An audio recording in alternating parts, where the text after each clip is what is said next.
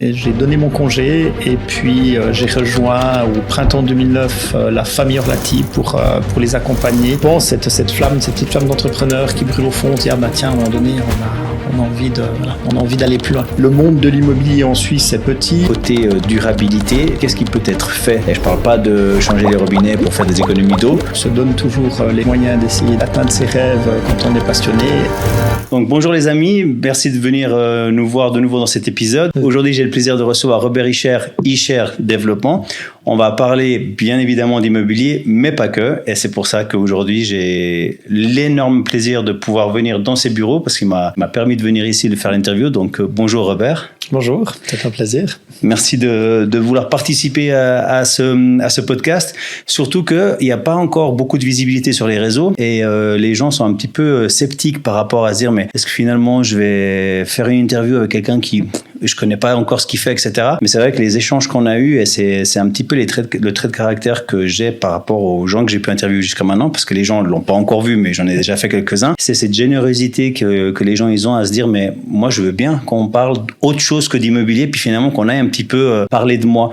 Et je trouve que cette humilité est toujours appréciable, surtout pour moi qui fais les interviews, concernant les interviewés. Donc merci de me permettre de t'interviewer sur ce podcast. Avec plaisir, avec plaisir. Donc on va apprendre à te connaître autrement que sur l'immobilier parce que on y reviendra à la fin de l'interview. Mais du coup, qui est Robert Ishare? Donc oui, dans l'immobilier maintenant, mais ça a commencé comment? Si je peux dire, pas depuis la naissance, mais typiquement, où est-ce que tu es né? C'est quelque chose qui m'intéresse toujours parce que il y a des parcours qui finissent en Suisse, mais qu'il y a des gens qui sont nés dans d'autres pays. Ouais. Et il y a des Suisses purement... par exemple, moi, je suis né à Lausanne, mais il y en a d'autres qui ils ont un parcours de vie qui sont assez atypiques. Donc, où est-ce que tu es né? Alors, moi, je suis né à La Chaux-de-Fonds. D'accord. Il y a quelques années de ça maintenant, donc Suisse, plutôt du Jura, du Haut, mais ouais, oui. Tout à fait, en Suisse. Et puis du coup, tu as grandi à La Chaux-de-Fonds? Alors j'ai fait toute une partie de mon enfance à La Chaux-de-Fonds et puis j'ai déménagé alors petit à l'âge du jardin d'enfants à La Sagne, un petit village à côté de La Chaux-de-Fonds, juste à côté, un tout petit village. Et puis j'ai fait toute mon enfance et mon adolescence là-bas et jusqu'à l'âge de 20 ans, j'ai redéménagé un petit peu à Chaux-de-Fonds. Après, je suis descendu au Val-de-Rue. Et puis j'ai finalement émigré dans le canton de Vaud. Je devais avoir 25-26 ans.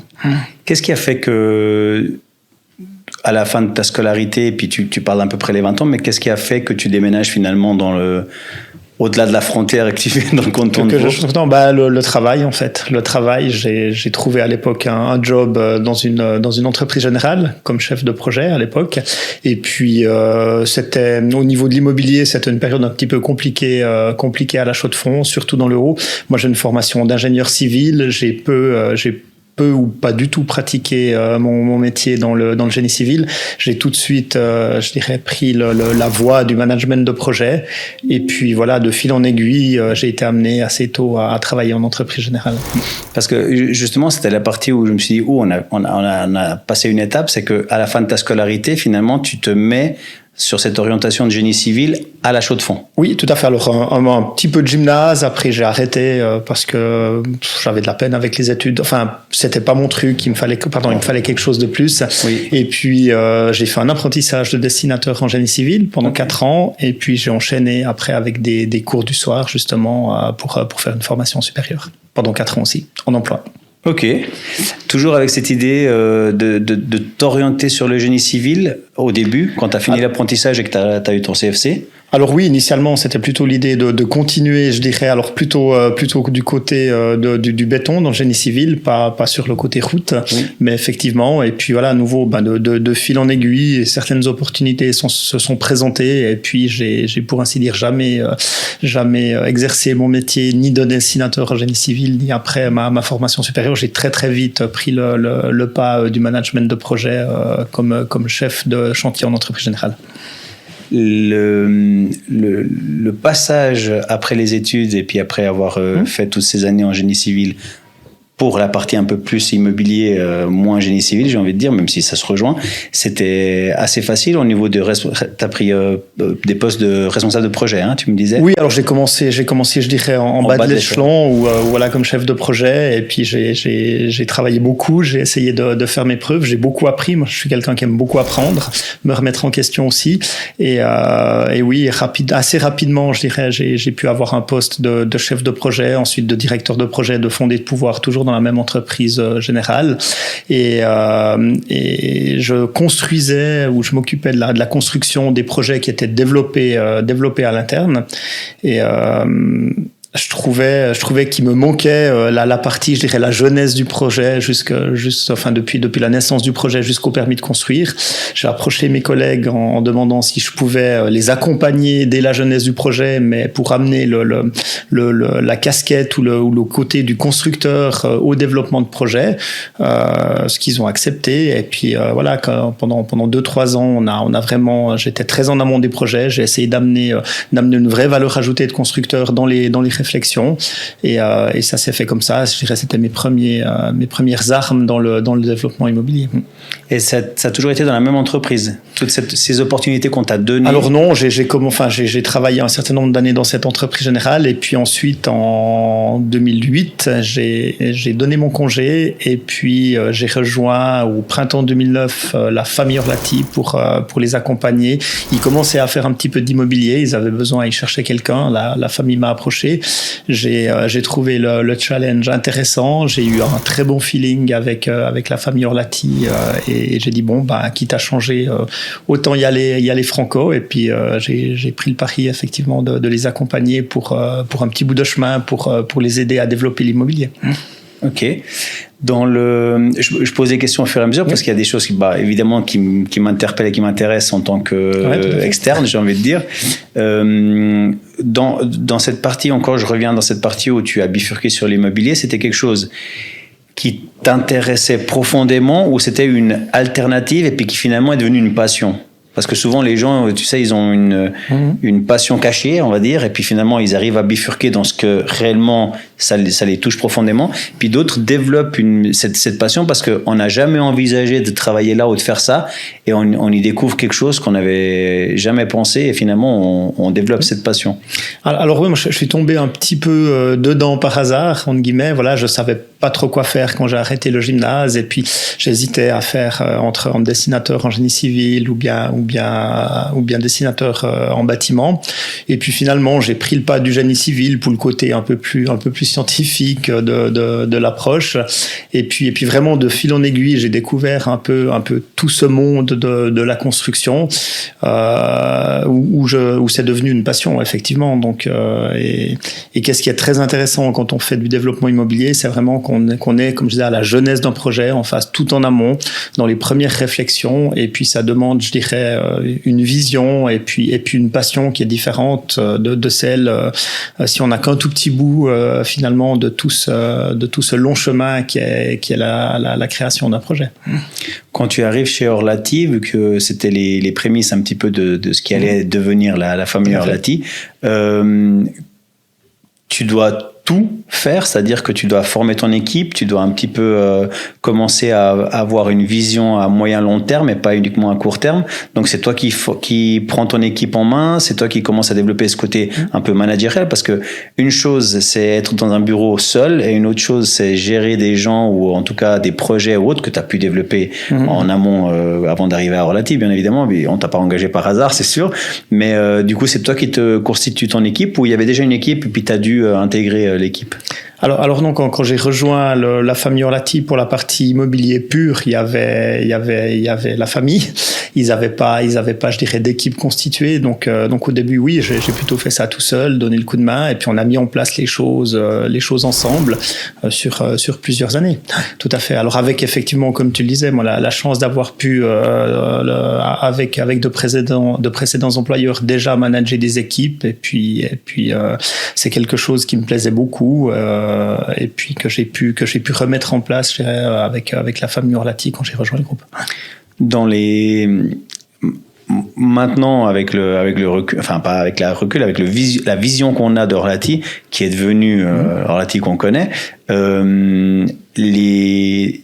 j'imagine que quand tu vas pour développer l'immobilier, ou enfin pour construire, etc., tu dois quand même arriver en tant que petit poussin ou enfin le nouveau dernier arrivé. Quand tu arrives et qu'on fait un appel d'offres et puis que c'est toi qui viens, enfin la maison Orlati qui vient, etc., mais qu'on connaît pas encore Orlati, on est au tout début. Comment ça se passe?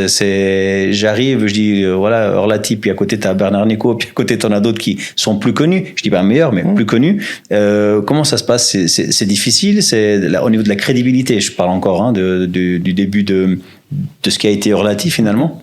Ah bah alors c'est comme tout, hein, quand on commence, effectivement, tu parles de crédibilité, il y a la confiance aussi, donc c'est des choses qui s'acquièrent avec le temps. Donc forcément, il faut commencer, il faut beaucoup travailler, prendre des risques, montrer qu'on a envie, faire un premier projet, et puis quelque part démontrer qu'on a les compétences de le faire.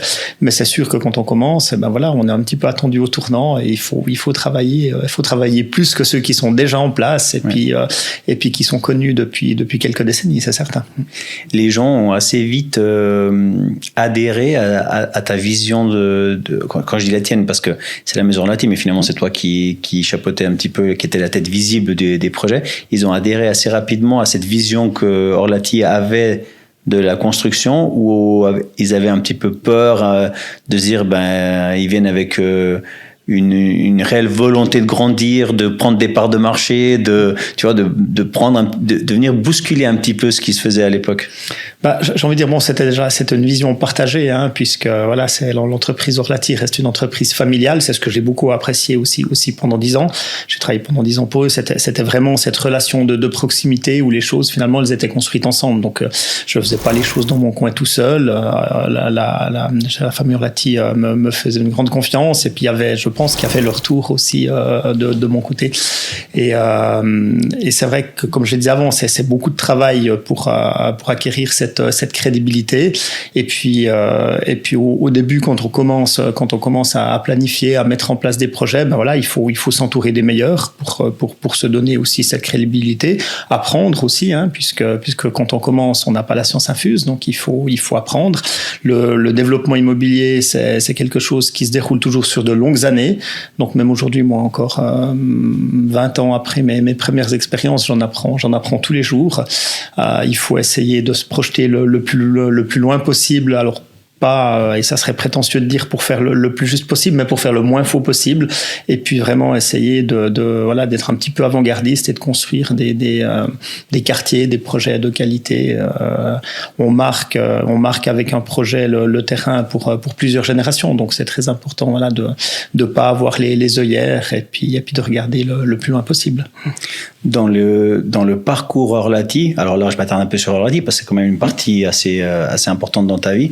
Dans le parcours Orlati,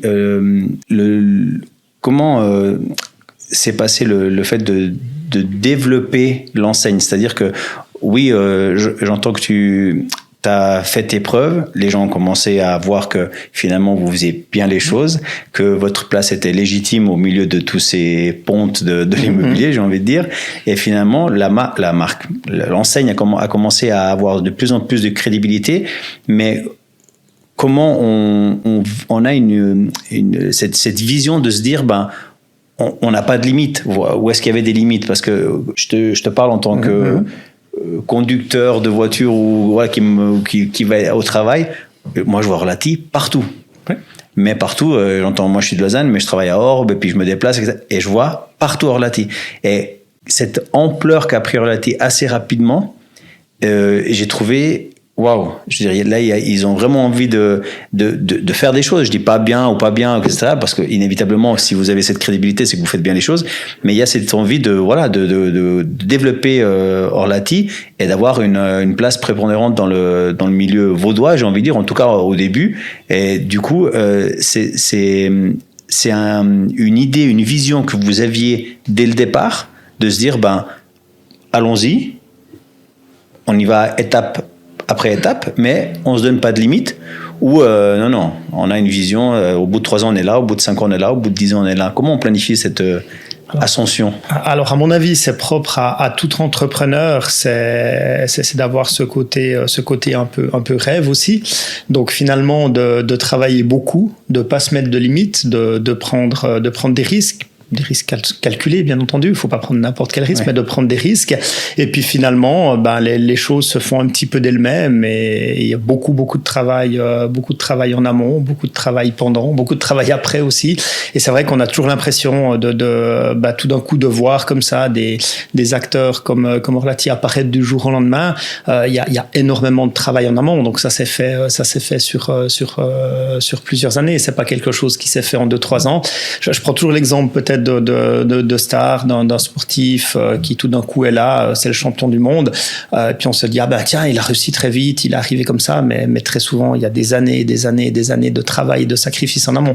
Donc pour moi, un entrepreneur, c'est la même chose, hein. Quand il arrive quelque part et puis qui vient qui vient sur le devant de la scène, on a toujours l'impression qu'il arrive comme ça, comme un extraterrestre qui a été catapulté, mais c'est jamais le cas. Il y a toujours un énorme travail en amont.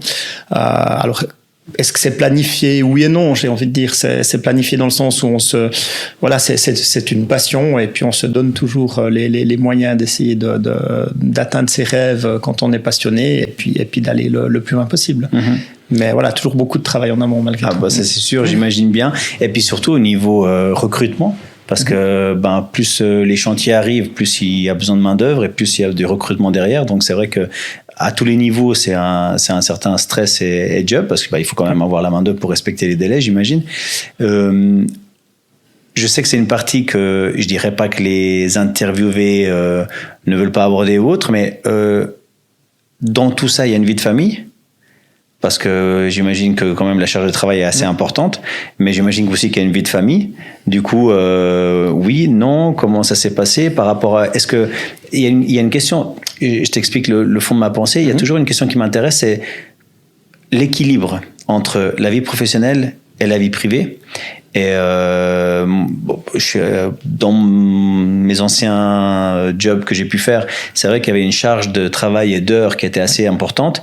Comment on arrive à trouver cet équilibre entre la vie privée, déjà la rencontre, la femme, les enfants, etc. Mais comment on arrive à trouver cet équilibre? Parce que même si on a cette volonté de se dire non, j'arrive à gérer, potentiellement on n'y arrive pas. Et du coup, il faut que souvent on fasse c'est une discussion en amont pour se dire là c'est une période, c'est comment ça se passe. Alors c'est vrai, c'est une des grandes difficultés, j'ai envie de dire, quand on travaille beaucoup et qu'on est passionné, c'est de savoir où on met le curseur, comment, et puis de pouvoir consacrer aussi le temps nécessaire à la famille. Je pense à un moment donné, il peut y avoir des périodes effectivement où on a très peu de temps, où on consacre moins de temps à sa famille, mais faut pas que ça soit quelque chose qui devienne la règle. Donc il faut pouvoir s'octroyer ces moments précieux de partage. Travailler beaucoup, ça n'empêche pas de le faire. Par contre, quand on a ces moments à disposition, il faut en profiter pleinement. Et c'est là, je pense, le plus difficile, c'est de pouvoir déconnecter et puis de se dire, cette semaine, peut-être j'ai qu'un jour ou qu'une demi-journée à consacrer à ma famille, mais je m'y consacre pleinement. Donc, quand je suis là, je pose le téléphone, je fais plus le mail, c'est off, et puis c'est peut-être qu'une demi-journée, mais c'est à 200%. Et je pense qu'il faut vraiment, pouvoir mettre en place et profiter de ces moments qui sont précieux puis qui sont indispensables. Je pense que derrière toute réussite, il y a très souvent une famille, il y a très souvent une compagne, il y a des enfants et oui, pour moi ils font partie du tout, puis c'est aussi eux qui nous motivent. Donc c'est primordial de pouvoir leur consacrer le maximum qu'on peut leur consacrer, tout en essayant de trouver cet équilibre, mais qui est pas simple. C'est le mot, c'était l'équilibre vraiment à trouver, qui est la difficulté dans tout, parce que au fur et à mesure qu'il y a un projet, il y a un deuxième qui arrive, et puis il y a un troisième, et puis finalement, où est-ce qu'on met la limite pour pouvoir justement apporter cette qualité de temps passé avec la famille. Du coup, tu as des enfants? Oui, tout à fait, 2. Ils ont quel âge du coup maintenant? Alors j'ai un garçon de 17 ans et puis j'ai une petite fille de 4 ans et demi. Ok. Moi, j'ai une petite fille de 5 ans, donc ça fait le match. Par rapport aux enfants, le plus grand, parce que la plus petite, elle va le voir en grandissant. Un petit bout de chemin. Voilà, un petit bout de chemin. Par rapport au plus grand, comment lui, il a eu cette vision un peu de voir son papa se développer dans l'immobilier, de pas trop le voir ou de le voir juste comme tu disais avec des moments de qualité, etc. Il a assez vite compris ou pas, parce que par exemple si je prends l'exemple de ma petite fille, moi j'essaye malgré qu'elle soit jeune d'arriver à lui expliquer que voilà papa, cette semaine il sera pas trop là, ou on va se voir que le soir, ou demain matin quand tu vas te réveiller je serai pas là parce que je pars plus tôt, etc. Donc lui, ça a été par rapport à la charge de travail que papa il a. Alors je dirais la charge de travail, oui, et puis j'ai toujours essayé, comme j'ai dit, de pouvoir quand j'avais du temps à consacrer, de le consacrer au mieux que je pouvais. Ethan, il s'appelle Ethan le grand, m'a beaucoup accompagné le samedi ou le dimanche au bureau ou sur les chantiers pour visiter les projets quand c'était plus calme. Donc j'ai envie de dire, il a baigné dès son plus jeune âge sur les chantiers. Il a vécu la jeunesse de certains projets, il les a vus grandir. Donc pour lui, c'était quelque chose, je pense, de normal, quoi, de m'accompagner et puis passer du temps avec son papa quand même. Alors un peu différemment, c'est vrai, voilà, certaines fois plutôt que d'aller faire une balade aux forêts, on le faisait aussi, mais on allait peut-être faire une balade sur un chantier. Et puis c'était, je pense, d'autres moments qu'on partageait malgré tout. Donc je pense que c'est quelque chose qui s'est fait, qui s'est fait avec le temps, où vraiment il a pu. La chose la plus difficile peut-être, c'est à expliquer quel était mon métier à mon fils quand je suis devenu vraiment plus que développeur immobilier. Oui. Et je me souviens, il me disait quand on me demande à l'école, je sais pas trop comment expliquer ce que tu fais. Alors je lui disais tu expliqueras que voilà, quand mon patron achète un champ de pommes de terre, moi d'un coup de baguette magique, je le transforme en quartier de logement. Bon, ça peut prendre 10, 15, 20 ans, mais c'est un petit peu ça. C'est bien illustré, c'est joli. Mais moi, je me mets à la place de ton fils, mais pour moi, ça serait hyper excitant. C'est une aire de jeu à grande échelle de pouvoir venir avec son papa puis faire des visites de chantier ou autre. C'est incroyable parce que quand on est enfant, on a toujours ces grands yeux comme ça. Les machines. Mais c'est extraordinaire. Donc moi, je pense que c'était vraiment, encore une fois, c'est pas tant qu'est-ce qu'on fait du moment, c'est la qualité qu'on y apporte et l'attention qu'on y apporte. Et là, on était plein dedans. Donc, pour lui, ça devait être extraordinaire. Et il venait, comme je disais, il venait très souvent m'accompagner au bureau aussi. Alors voilà, tout le monde le connaissait au bureau. Il venait le samedi, il dessinait un peu, il faisait d'autres choses. Enfin voilà, c'était sympa. Donc, on passait quand même des moments, même si voilà, j'étais au travail, j'arrivais aussi à faire un peu cette part des choses pour qu'il puisse passer du temps avec son papa malgré tout. Cool. Par rapport à Ethan, qu'on va parler aussi de lui tout à l'heure, tu as une petite fille, du coup, qui est venue, qui a maintenant 4 ans et demi, donc qui a 10 ans d'écart avec Ethan. 13 ans et demi. 13 ans et demi ? Il a 17, le grand. 17, pardon, oui. Ouais, 13 ans et demi. Et comment ça se fait, cet écart ? Ça s'est fait un petit peu comme ça, donc on a, je dirais, fait grandir notre premier, et puis voilà, les choses ont fait que ça s'est fait de manière assez naturellement. On a eu, je dirais, la chance et le bonheur d'avoir l'arrivée de cette petite il y a 4 ans et demi maintenant. Ça a été l'occasion aussi pour nous de replonger en fait un peu dans notre jeunesse, et pour moi j'ai l'impression d'avoir 10 ans de moins aujourd'hui avec l'arrivée de la petite il y a 4 ans et demi. Donc c'est beaucoup de bonheur, et c'est vrai que voilà, on revit toutes ces choses qu'on avait un petit peu oubliées aussi. C'est vrai que voilà, on passe à un moment donné avec les enfants qui grandissent, on retrouve, je veux pas dire un confort, mais de nouvelles habitudes où on ressort un peu, on fait des cinémas, et puis voilà, quand on a des enfants en bas âge, c'est plus compliqué, mais c'est beaucoup de bonheur. Et puis c'est vrai que moi c'est toujours un plaisir de rentrer le soir à la maison et puis d'avoir la petite qui vient en courant et qui me saute dans les bras en disant papa, donc que du bonheur. Oui, c'est vrai que les parents qui ont eu des enfants et puis qui après avoir atteint un certain âge comme 15, 16, 17 ans, même déjà avant qu'ils atteignent cet âge-là, regrettent et se disent quand c'était petit, quand j'ai vécu ça, j'aurais pu faire comme ça ou passer plus de temps, faire comme ça. Puis finalement, avoir l'opportunité d'avoir de nouveau un enfant, c'est que du bonheur, ça c'est sûr. Alors, avec ma femme, on n'a pas forcément envie d'en avoir un autre parce que j'ai 44, elle en a 43, mais on se disait, c'est vrai que d'avoir un deuxième enfant parce que c'est ces moments, je trouve qu'ils passent tellement vite que on a réellement jamais le temps de faire tout ce qu'on voudrait, d'être autant de temps qu'on voudrait avec eux. Par rapport à, comment elle s'appelle d'ailleurs? Eva. Par rapport à Eva et puis par rapport à Ethan, cette différence d'âge de 13 ans, Ethan l'a super bien vécu de recevoir une petite sœur à 13 ans. Alors, au début, ça l'a un petit peu surpris, effectivement. Et puis, oui, il l'a accueilli avec beaucoup d'amour. Et aujourd'hui, ils sont, je vais pas dire qu'ils sont inséparables, mais oui, avec l'écart d'âge qu'ils ont. Oui, bien sûr. Le grand, est souvent à l'étranger. Et quand il rentre, la petite sœur est toute contente de le revoir revenir. Elle lui saute dans les bras aussi. Donc, il y a un vrai lien, je dirais, d'amour très proche qui les unit. Donc, pour les parents aussi, c'est tout à fait agréable. Et puis ça fait chaud au cœur de les voir comme ça, ouais, tout à fait. Je pose la question parce que moi j'ai une petite sœur puis j'ai 19 ans d'écart. Ah oui, donc c'était de comprendre un petit peu ce côté-là. Maintenant, je vais poser la question qui m'a le plus interpellé quand je me suis intéressé un petit peu à ton parcours. Tu développes Orlati, tu as un poste à responsabilité, tu es bien chez Orlati. Qu'est-ce qui fait que tu te mettes à ton compte, donc pour ainsi dire en danger, parce que potentiellement c'est un risque quand même qu'on prend quand on se met à son compte, avec tout ce que ça peut engendrer. Et qu'est-ce qui t'a, je dirais pas motivé, parce que j'imagine bien que quand on se met à son compte, c'est parce qu'on a une certaine motivation de ce qu'on veut faire, mais pourquoi finalement?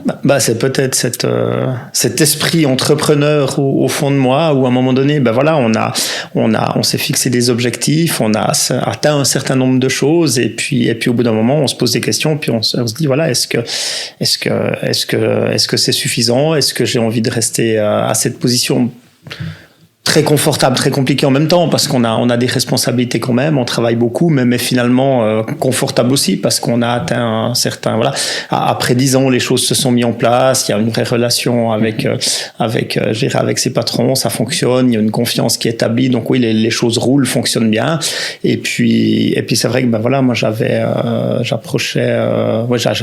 passé les 40 ans, et puis je me suis dit finalement comment est-ce que je vois mon avenir, et puis après quelques mois de réflexion, je me suis dit que je voyais bien j'aurais assez bien vu mon avenir avec quelque chose de nouveau, un nouveau pari, un nouveau challenge. Et puis je me suis dit que c'était le bon moment pour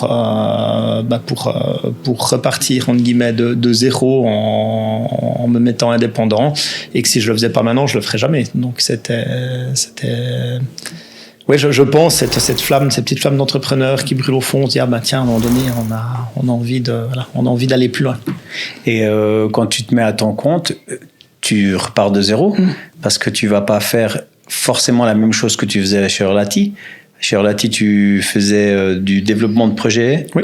Et c'est ce que tu fais aussi après dans eShare Développement, où tu vas amener le développement des constructions de biens immobiliers, c'est ça? Alors, j'avais une multicasquette quand j'étais sur Orlati. Effectivement, je m'occupais du développement immobilier. J'étais aussi à la direction générale et puis au conseil d'administration. Mais je dirais la grosse partie de mon travail, c'était vraiment le développement immobilier. Donc, je me suis mis à mon compte pour continuer à faire du développement immobilier. Et puis, finalement, à proposer mes services, la même chose que je faisais pour la famille Orlati, pour d'autres, des tiers, des institutionnels, des caisses de pension, fonds immobiliers, d'autres family office, et puis certaines communes aussi. Oui. Une autre question que je me suis posée, c'est parce que c'est toujours de se dire, ok, je prends le risque de me mettre à mon compte, de créer ma société. Et après, l'autre question que je me suis posée, c'est qu'est-ce que tu amènes que d'autres n'amèneraient pas finalement? Parce que j'imagine que tu n'es pas le seul à avoir créé une société de développement, dans l'immobilier. Et du coup, je me suis dit, quelle est la plus-value que tu amènes, hormis ton expérience chez Orlati, pour développer cette société, puis pour aujourd'hui avoir le nom que tu as, parce que hormis le côté privé, parce que je suis là pour ça, je suis là, on va mettre en avant ça, mais dans l'immobilier, c'est vrai que dès qu'on tape Robert Richer, il y a panoplie on t'a vu à la télé, on t'a vu dans les journaux, on t'a vu avec Édouard Clerc, on t'a vu quand même passablement dans les médias, enfin, de manière générale. Donc, on sait ce que tu fais, on sait que tu le fais bien. Mais du coup, au début, on le sait pas. Donc, toi, quand tu te lances, tu dis, bon, j'ai confiance dans mes valeurs et puis dans ce que je peux amener comme compétences.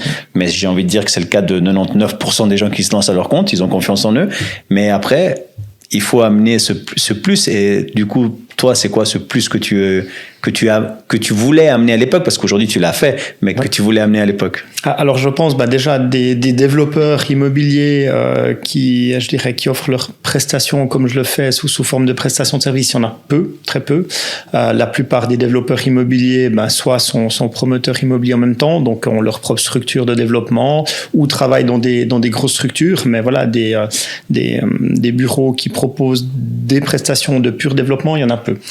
Donc ça, je pense, c'est déjà peut-être une chose qui permet de se démarquer un petit peu. Puis c'est vrai, avec la grande chance d'avoir pu travailler pendant 10 ans avec la famille Orlati, et puis d'avoir pu, contribuer et puis accompagner cette croissance, ça a permis aussi, de montrer ce que je savais faire, de mettre en place un certain nombre de contacts, puis comme je disais, de créer une confiance. Donc le monde de l'immobilier en Suisse, c'est petit, en Suisse romande, c'est encore plus petit, sur l'arc lémanique encore plus petit, et puis voilà, donc finalement, c'est un monde où en 10 ans, on a la chance j'ai eu la chance de croiser beaucoup d'autres professionnels de l'immobilier, que ça soit des architectes, des urbanistes, que ça soit aussi les communes. J'ai eu beaucoup d'échanges avec les communes, avec certains institutionnels, donc petit à petit comme ça, je pense qu'on se crée aussi un relationnel, et puis avant tout de confiance. Et c'est vrai que quand je quitte le groupe Orlati et que je démarre mon bureau, j'ai la chance de pas avoir besoin d'aller chercher trop de clients. Les choses se sont présentées un petit peu d'elles-mêmes avec de belles opportunités. J'ai toujours eu la chance aussi de pouvoir travailler sur de très beaux projets. Ça, c'est quelque chose qui est essentiel pour moi.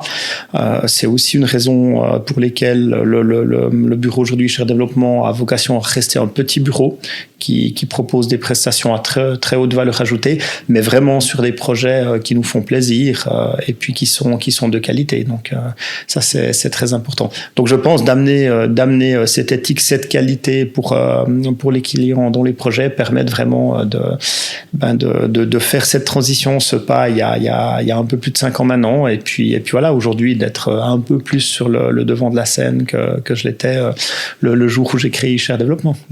Alors, être dans le devant de la scène, c'est que du positif, et bravo déjà pour le parcours que tu as pu avoir jusqu'à maintenant. Je trouve assez fort dans ce que tu viens de dire, le fait que ta société se soit développée et que tu aies quand même choisi de se dire on va amener de la qualité avant de devoir, comme tu dis, on a un bureau qui est à taille humaine, j'ai envie de dire, on n'a pas 36 étages avec le bureau tout en haut et puis le grand nom sur la façade, et je trouve quand même une décision quand même assez importante et forte déjà dans tes valeurs et dans ton état d'esprit de ce que tu voulais faire, de se dire je veux pouvoir choisir les projets où j'amène cette plus-value, cette qualité, ce côté-là que tu voulais amener, et je trouve ça hyper intéressant. En 2021, tu deviens président de l'association des développeurs immobiliers vaudois, c'est ça? Tout à fait, la DIV, exactement. Comment c'est possible? Enfin, il me semble que tu es le premier président de cette association. Le deuxième. Alors, l'association date de 2019. On a eu un premier président qui s'appelle toujours d'ailleurs, et que j'apprécie beaucoup, Gustave Muheim, que je salue au passage, qui nous a accompagnés dans la création de la DIV, donc qu'on a mis en place avec plusieurs développeurs immobiliers. Je dirais qu'ils sont toujours aujourd'hui au comité de la DIV, et puis voilà, donc au bout j'étais vice-président dès le démarrage de la DIV, et puis au départ de Gustave Muheim, on m'a demandé si je voulais assurer la présidence de la DIV, ce que j'ai accepté. Et voilà, ça s'est fait aussi très naturellement, et je suis très content aujourd'hui de pouvoir représenter finalement mes collègues développeurs au niveau du canton. Quel est le but de l'association ?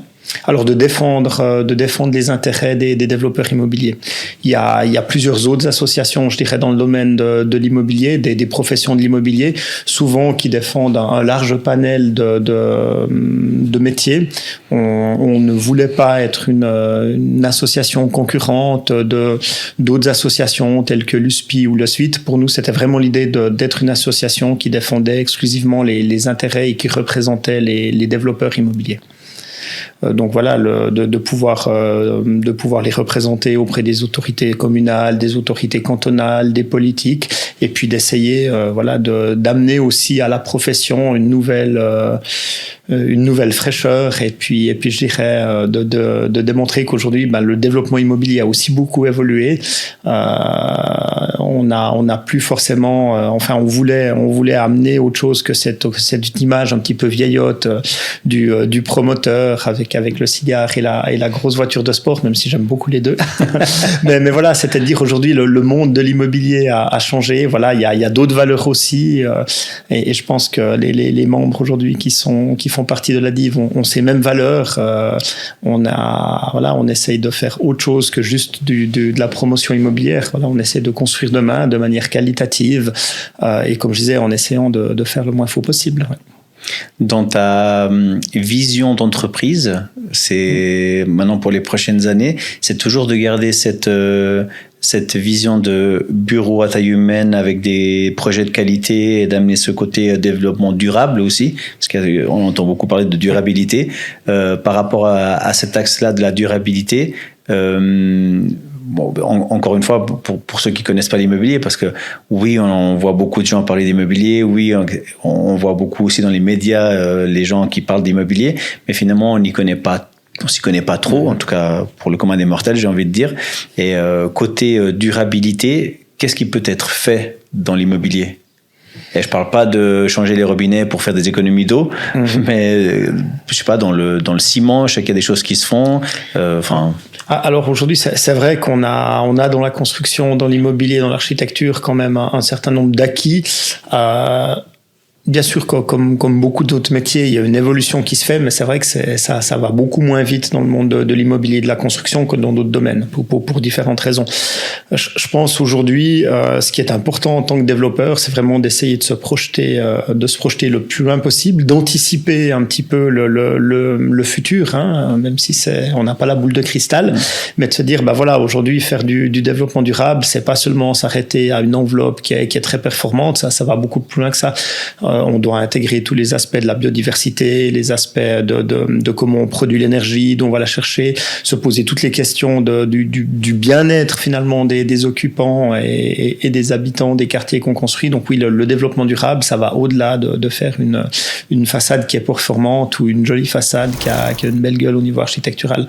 Il faut vraiment, j'ai envie de dire, essayer de se projeter, comme je disais, le plus loin possible, de comprendre comment les gens changent aussi, comment les gens évoluent, comment ils ont envie de vivre aujourd'hui, mais comment ils auront envie de vivre demain, et puis de s'adapter de manière la plus anticipée possible qu'il soit.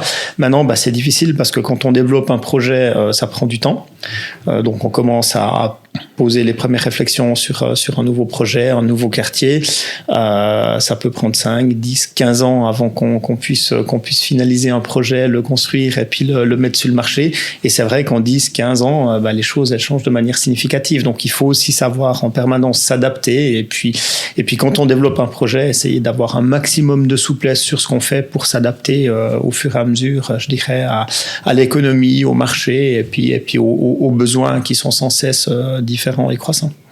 Parce que la question, je te la pose parce que l'autre jour, je ne sais plus dans quel journal j'ai lu, qu'on était en train de développer un mécanisme, en tout cas dans les maisons, pour pouvoir récupérer la chaleur tournante avec un tuyau. Je t'avouerai que j'ai pas trop lu j'ai juste vu le dessin qui m'a marqué. Je me dis, il y a quand même des gens qui ont quand même cette réelle envie de pouvoir faire des économies, ou en tout cas rendre quelque chose de plus durable. Et du coup, je me suis dit, c'est l'opportunité de poser la question. Alors, j'ai envie de dire, aujourd'hui, on sait faire de la récupération depuis longtemps, de la récupération de chaleur à l'intérieur. C'est même devenu obligatoire pour un certain nombre de choses. À partir de certains volumes d'émissions, on doit récupérer la chaleur. Donc ça, c'est des choses qu'on sait faire. Mais maintenant, c'est d'aller plus loin que ça. Et c'est peut-être aussi, en allant plus loin, de revenir de temps en temps un petit pas en arrière, de se reposer les questions fondamentales de qu'est-ce que l'architecture, qu'est-ce que l'intégration d'un bâtiment ou d'un quartier, de tenir compte de l'environnement, de l'ensoleillement, de sa position, voilà, comment on oriente quelle façade, et puis de travailler, je dirais, de manière un peu empirique sur tous ces sujets, et de pas s'arrêter, comme je disais, à avoir juste une enveloppe qui est très performante. On a eu une période où on s'est peut-être un petit peu arrêté à ça, et puis on a fait des immeubles très performants au niveau de l'enveloppe, mais où on est peut-être aussi passé un petit peu à côté de certains fondamentaux qu'on avait perdus. Par rapport à Ethan, on en parlait en off, il y a une passion qui s'est développée, j'ai envie de dire, chez lui, que comme ça, c'est une facette de toi que les gens ne connaissent pas forcément, mais du coup, on va pouvoir en parler. Du coup, qu'est-ce qui fait ton petit? Alors, depuis quelques années, c'est un passionné de sport automobile, et puis aujourd'hui, il est ce qu'on peut appeler un pilote professionnel, parce qu'il fait plus que ça. Il gagne pas sa vie encore avec ça, mais il fait plus que ça. Donc, pilote de Formule 4 aujourd'hui. Ok. Et puis, comment c'est possible? Alors, comment on arrive? Parce que j'ai envie de dire, pour tous ceux, en tout cas, qui ont cette volonté de peut-être un jour y arriver, ou dans ce sport ou dans un autre, on arrive j'imagine, parce que on en a parlé un petit peu avant, où tu commences par le karting, mais le gap entre le karting et devenir pro, en tout cas dans la F4, F3 et ainsi de suite. En Suisse, c'est vrai que c'est pas quelque chose qu'on entend souvent, qu'on met forcément en avant. On n'entend pas trop parler de nos pilotes de Formule 4, 3 et compagnie. Du coup, comment c'est venu cette passion, et comment on arrive à développer cette passion par la suite, du coup? Alors, je pense, lui, c'est le seul pilote de la famille, donc c'est vraiment sa passion. Il n'y a pas des parents derrière depuis tout petit qui ont poussé à dire, voilà, tu commences à 5 ans à faire du kart parce que tu seras pilote automobile. C'est très souvent le cas du parcours, je dirais, de ces jeunes pilotes qui arrivent là. Ils commencent le kart très très tôt. Ils font 10 ans de kart avant de passer en voiture. Lui a commencé le kart très tard. Il s'est levé un matin. Après, on avait regardé le Grand Prix du Brésil à la télé en famille. Il s'est levé le lendemain, et puis il a dit, voilà, je veux faire de la Formule 1. Puis bien, on a pris ça un petit peu à la rigolade. On a dit, oui, bien sûr. Et puis il a insisté pendant des semaines. Non, j'ai regardé comment fallait faire. Faut que je commence le kart. Et puis voilà, on a éduqué, nous, toujours, le grand. On éduque aussi comme ça notre petite Manon, en leur disant, il faut croire en ses rêves. Si tu as une passion, si tu as un rêve, fonce, donne tout ce que tu as. Et puis tous ceux qui sont arrivés quelque part, à un moment donné, ils ont rêvé. Donc on a vraiment, on aurait été mal pris, et puis très ingrat avec nous-mêmes, et si on lui avait dit, non, c'est pas possible, c'est réservé aux autres, on lui dit, écoute, ok, tu veux y aller, fonce, on t'accompagne, donne-toi les moyens, et puis nous, on est derrière pour te soutenir. Et puis voilà, cette passion naissante est devenue plus qu'une passion. Il a beaucoup travaillé pour essayer d'y arriver, et puis aujourd'hui, comme on le disait tout à l'heure, il est maintenant, il attaque sa 3e année comme pilote de Formule 4. Il a, avec le travail, réussi l'année passée à obtenir le titre de champion d'Europe centrale. Ce qui était une belle performance après lors de sa 2e année de Formule 4. Et puis voilà, le rêve, comme tous les pilotes de monoplace, ça serait d'atteindre un jour, je dirais, le rêve de la F1. Il y a encore du travail d'ici là, mais on espère qu'il y arrivera. Et puis s'il n'y arrive pas, il y a plein d'autres opportunités, et puis plein d'autres possibilités, tout à fait. Mais c'est quand même incroyable que si jeune à 14 ans, ayez bien sûr une passion, ça je veux bien l'entendre, parce qu'on a tous des fois à 14 ans joueurs de foot, etc., mais ça reste une passion, et pour la plupart des gens, ça reste une passion, et puis dès le premier week-end où il faut travailler un petit peu plus, la passion elle s'arrête.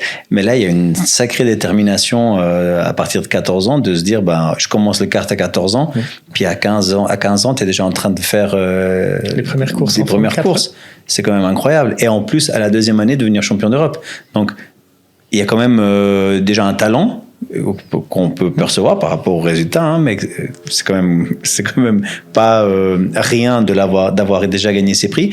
Mais par contre, comment on arrive à finalement à passer le gap et puis pas à vivre de ça, parce que on sait très bien qu'au début, puis tu vas pas vivre à 16 ans de ce que tu fais, ça sera plus tard bien évidemment, mais comment on arrive à finalement se préparer à atteindre des niveaux supérieurs? Parce que moi personnellement en Suisse, j'ai jamais entendu parler de F4, F3, qu'on avait des pilotes ou même avant ton fils, qui auraient pu atteindre un certain niveau, parce que finalement, ou les médias, ou parce que en Suisse, on vit pas la Formule 1 comme on peut le vivre dans d'autres pays, on met pas en avant finalement. Ouais, alors effectivement, je pense que le sport automobile d'une manière générale est très peu mis en avant en Suisse. Il est peu apprécié, hein. Il y a d'autres sports effectivement qui sont beaucoup plus appréciés. On a aussi depuis plusieurs décennies maintenant, il y a plus aucun circuit en Suisse, donc ça aide pas non plus, hein, à essayer de faire rayonner un sport finalement qui se passe exclusivement à l'international. Il y a des très bons pilotes suisses. On parlait tout à l'heure de Sébastien Buemi, hein, qui est un peu on pourrait dire le Federer de l'endurance au niveau automobile. Et puis c'est vrai qu'on en parle très peu. Et ça, c'est quelque chose d'assez ingrat finalement, avec tous ces sportifs, ou en tout cas les quelques sportifs d'élite du monde du sport automobile qu'on a en Suisse, sont très peu mis sur le devant de la scène. C'est dommage, très peu soutenus. Et pourtant, c'est vraiment un sport très exigeant, comme plein d'autres sports. C'est un sport individuel, mais en même temps, c'est un sport de travail d'équipe, puisque oui, le pilote, il est tout seul dans sa voiture à un moment donné quand il roule, mais il y a tout un travail d'équipe qui se fait avec les ingénieurs, les mécaniciens, pour améliorer les performances de la voiture, pour l'adapter. Voilà, chaque circuit est différent, c'est pas les mêmes réglages. Le pilote peut conduire aussi un petit peu différemment. Donc il y a vraiment, je dirais, un vrai travail d'équipe derrière tout pilote. Donc ça, c'est quelque chose, je trouve, qui est très intéressant aussi. Puis effectivement, malheureusement, qui est peu mis en avant par nos médias aujourd'hui, ce qui est dommage. Et puis pour pouvoir passer le gap, parce que quand on atteint un niveau comme celui de ton fils, je pense que l'idée, c'est toujours de continuer à progresser. En plus, il garde la même mentalité que toi, de vouloir apprendre au quotidien. C'est quelque chose qu'il a dans le sang.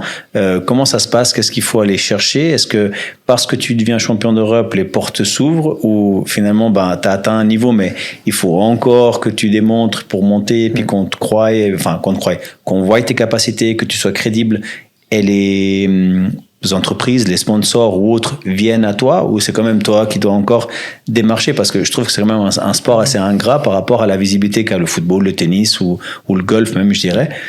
C'est quand même incroyable. Alors tout à fait. Non seulement, comme je disais, c'est un sport qui est très peu mis en avant, en Suisse, notamment en Suisse romande. Donc ça suffit pas d'être au top. On parlait de Buemi tout à l'heure, hein, qui a été plusieurs fois champion du monde d'endurance. On en entend peu ou pas parler. Donc c'est vrai qu'en Suisse, même être parmi les meilleurs, ça suffit pas. Il faut continuer éternellement à chercher des sponsors, des gens qui accompagnent. C'est un sport qui est doublement compliqué, parce qu'il demande beaucoup, mais en plus c'est très coûteux. Donc c'est vrai qu'en Suisse on est peu soutenu, c'est difficile à trouver des sponsors. Et puis jusqu'à un certain niveau, quand vraiment ça devient peut-être la F3, la F2, la F1, c'est encore un autre monde. Là on a peut-être un peu plus de soutien. On parle de la monoplace là, hein. Il y a de l'endurance, il y a la GT, il y a la MP, il y a d'autres, je dirais, il y a d'autres voies dans le sport automobile. Mais quoi qu'on fasse, c'est compliqué en Suisse. Ouais. C'est très compliqué, et c'est d'autant plus difficile parce qu'il faut rien lâcher, il faut y croire, et puis ça peut, du jour au lendemain, tout peut s'arrêter, faute d'avoir trouvé quelque part les sponsors ou les partenaires qui croient à l'histoire aussi, puis qui veulent l'accompagner jusqu'au bout. Je trouve incroyable qu'on ait j'allais dire les compétences, mais c'est pas les compétences, qu'on ait la qualité et qu'on ait ce niveau, et que finalement on puisse pas le développer davantage parce que on n'a pas de sponsor pour aller de l'avant. Et je trouve quand même que on parle pas, encore une fois, je dis pas que ton enfant c'est le prochain Schumacher, c'est tout ce que je lui souhaite, mais quand tu as quelqu'un qui gagne un championnat d'Europe, quand tu as quelqu'un qui atteint un tel niveau à son âge, tu te dis quand même que potentiellement il y a quand même des gens qui vont être intéressés, ou des sociétés, ou bref des sponsors, j'ai envie de dire, qui vont être intéressés à le sponsoriser pour lui dire là il y a du potentiel quand même. Et finalement on n'y arrive pas. Alors je dis pas qu'en Suisse on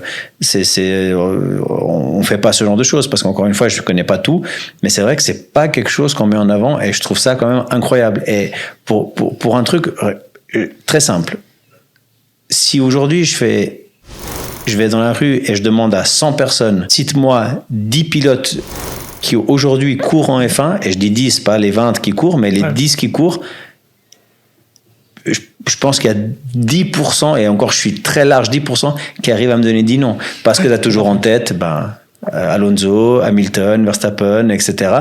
Et tu vas en dire 5, 6, Sainz, et puis après, les autres qui ont... Parce que, comme tu dis, c'est très exigeant. Je ne sais pas si les gens sont conscients un peu du monde de la F1.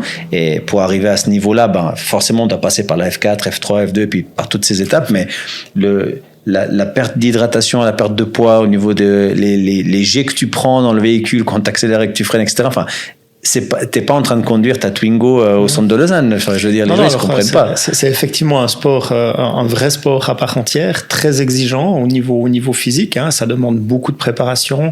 Mon fils est accompagné par un coach mental. Il a un nutritionniste qui l'accompagne. Il a un coach sportif, et c'est beaucoup de travail déjà à son niveau. Puis plus on progresse dans le sport automobile, plus c'est de travail, effectivement, parce que c'est très exigeant comme sport. Après, comme je disais, en Suisse, on fait peu, et puis le sport automobile est peu médiatisé, suscite peu d'intérêt. Il y a d'autres sports où c'est très différent en Suisse. On parlait du foot, on parlait le hockey, il y a plein d'autres sports, le tennis finalement, qui sont plus appréciés.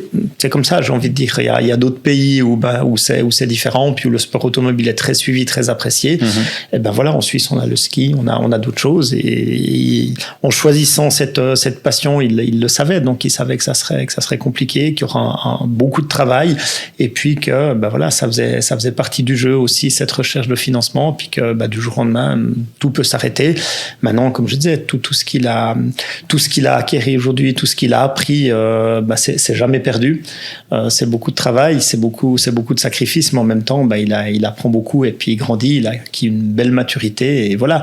On disait tout à l'heure, on peut pas se dire on croit en nos rêves. C'est peut-être aussi un petit peu le côté entrepreneur qu'il a dans le côté du sportif d'élite. Moi je dis toujours, c'est des choses très comparables, qu'on soit entrepreneur ou sportif d'élite. Finalement on travaille beaucoup, on a un rêve, on fonce, on essaye d'être le premier, et puis c'est ça qui nous nourrit, qui nous permet d'avancer. Et c'est vrai que si on se lève le matin et qu'on arrête d'y croire, je pense que tout est terminé. Alors on a pris une partie de l'interview sur ton enfant, mais je vais expliquer pourquoi. Parce que déjà, c'est parce que ça parle de ta vie privée, de ton côté un peu plus humain, et moins ce côté professionnel, qui donne tout son sens dans cette interview. Mais aussi qu'il n'y a pas d'âge pour avoir une détermination et croire en ses capacités, parce que c'est une des raisons aussi pour laquelle je fais ces interviews et je fais ce podcast. C'est les gens... Quand je parlais, quand tu étais à Arlotti, tu prends le risque de tout arrêter et de te lancer dans une autre aventure. T'as pas 15 ans, tu vois. Tu prends un risque.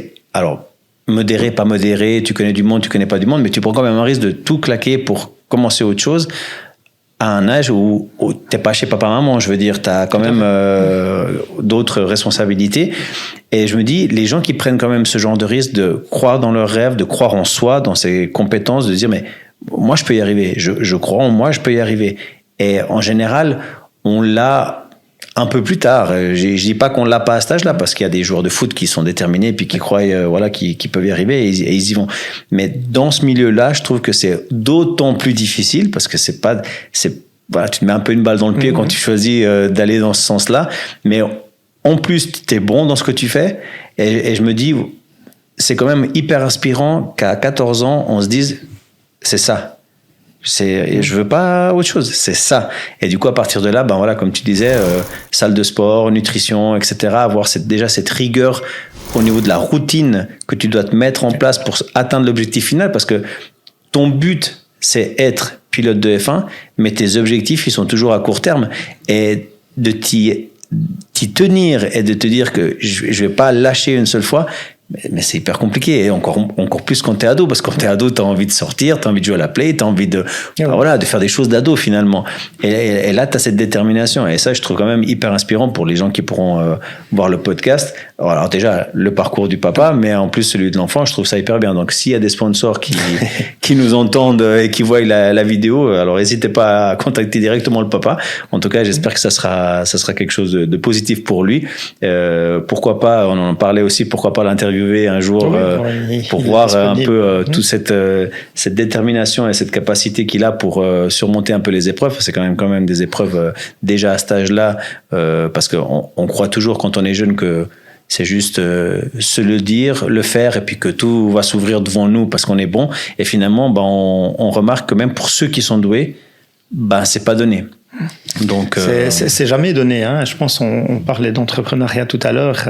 Moi vraiment, je fais continuellement la comparaison avec, je disais, avec un sportif d'élite ou d'autres domaines finalement. Mais tous ceux qui arrivent à un moment donné en haut de l'échelle, qui sont les meilleurs, ils sont là parce qu'ils y ont cru. Ils ont eu un rêve, ils se sont projetés, ils se sont fixés un objectif, et puis voilà, d'étape en étape, ils ont tout ce qu'ils ont fait. C'était toujours en gardant à l'esprit cet objectif, et puis on construit ça petit à petit. Voilà, avec le rêve, la passion, le travail. Il faut rien lâcher. Et c'est vrai que c'est possible. Non seulement c'est possible à tout âge, donc il y a pas d'âge, j'ai envie de dire, pour se lancer dans un nouveau rêve ou se fixer un nouvel objectif. Il faut y aller avec passion, avec envie, avec rigueur, et oui, en travaillant, bien sûr. Les choses ne se font pas d'elles-mêmes, ça tombe pas du ciel. Ça, c'est sûr. Écoute, moi, en tout cas, j'ai eu beaucoup de plaisir à t'interviewer aujourd'hui. J'ai appris à connaître une partie de ta vie que les gens n'ont pas non plus l'habitude de voir et d'entendre. La partie de ton enfant, c'est sûr que je pense qu'il y a certains qui vont s'intéresser et qui vont suivre. En tout cas, moi, ça m'intéresse parce que maintenant, je me dis, il y en a quand même quelqu'un qui est doué en Suisse pour la F4 et puis potentiellement la F3. Donc, j'espère que ça va intéresser d'autres personnes. En tout cas, merci de m'avoir accueilli dans tes bureaux et puis de m'avoir permis de t'interviewer et puis d'aller un peu plus en profondeur dans ta vie privée, parce que je sais que c'est pas quelque chose qui est facile de forcément parler. En tout cas, toi, tu l'as fait avec toute décontraction, facilité, transparence, chose que je te remercie. On était là pour ça, donc c'était un plaisir. Et puis on a beaucoup parlé des enfants. Et je ferai quand même un petit hommage aussi à la maman, parce qu'elle est là depuis tout le temps. Et je pense c'est aussi c'est une famille, c'est important. On est soutenu et on n'arrive pas là sans les proches. Donc ça demande aussi beaucoup de soutien, de sacrifice de la part des proches, qu'on soit entrepreneur, qu'on soit sportif d'élite. Il y a la nécessité de cet accompagnement, et je pense que la maman a fait beaucoup aussi, et pour ses enfants et pour moi en tant qu'épouse, pour arriver où je suis aujourd'hui. C'est un vrai parcours de famille. C'est une belle parenthèse, parce que je voulais aborder le sujet dans la continuité, parce que dans l'interview de Pascal Meyer que vous allez pouvoir voir dans la chaîne, il y a une partie dédiée à sa femme où c'est son pilier. C'est l'amour de sa vie, c'est son pilier et c'est son équilibre. Et si je prends le parallèle avec la mienne aussi, c'est mon équilibre. Elle serait pas là, je vais même pas penser à qu'est-ce que j'aurais pu ou ne pas faire. C'est mon équilibre. Et c'est vrai que on minimalise un peu la part qu'ils ont dans le fait que, déjà, par exemple, si je prends mon exemple à moi, le fait qu'elle croie en mes rêves à moi et dans ce que moi je veux faire comme projet, j'ai rien besoin de plus. Juste ça, c'est déterminant pour moi. Ça donne la force et puis ça permet d'avancer. Ça c'est sûr. Tout à fait. Et du coup, je pense que ce soutien est nécessaire et indispensable. Et voilà, c'est d'autant plus important que, comme tu disais, c'est ça qui nous nourrit aussi, puis qui nous permet d'avancer. Tout à fait. Et de croire, on peut croire en nous, mais quand en plus on a nos proches qui nous soutiennent dans ces démarches, c'est un vrai plus. Donc, salutations à ta femme. Tout à fait. Et du coup, merci beaucoup de m'avoir permis de venir t'interviewer. Honnêtement, comme j'ai cette vision que les gens peuvent avoir de toi, c'est-à-dire qu'on te voit à la télé, on te voit dans les journaux, etc. J'avais pas forcément d'a priori, mais je savais pas à quoi m'attendre. Ouais. Et je découvre quelqu'un d'humain, de proche, avec cette facilité de contact. Et puis surtout, encore une fois, comme je disais au début, de vouloir être interviewé par pour l'instant un inconnu, parce que j'espère bien être connu un jour, mais par un inconnu, et finalement te mettre un petit peu à découvert par rapport à ton parcours. Donc merci beaucoup. Et puis j'espère que ce montage vidéo et puis tout ce podcast vous aura permis de connaître encore mieux Robert Richer. Et puis je te souhaite tout de bon pour la suite. Merci beaucoup. En tout cas, c'était un plaisir de pouvoir participer à cette interview. Et ouais, c'était très bien. Merci. Merci.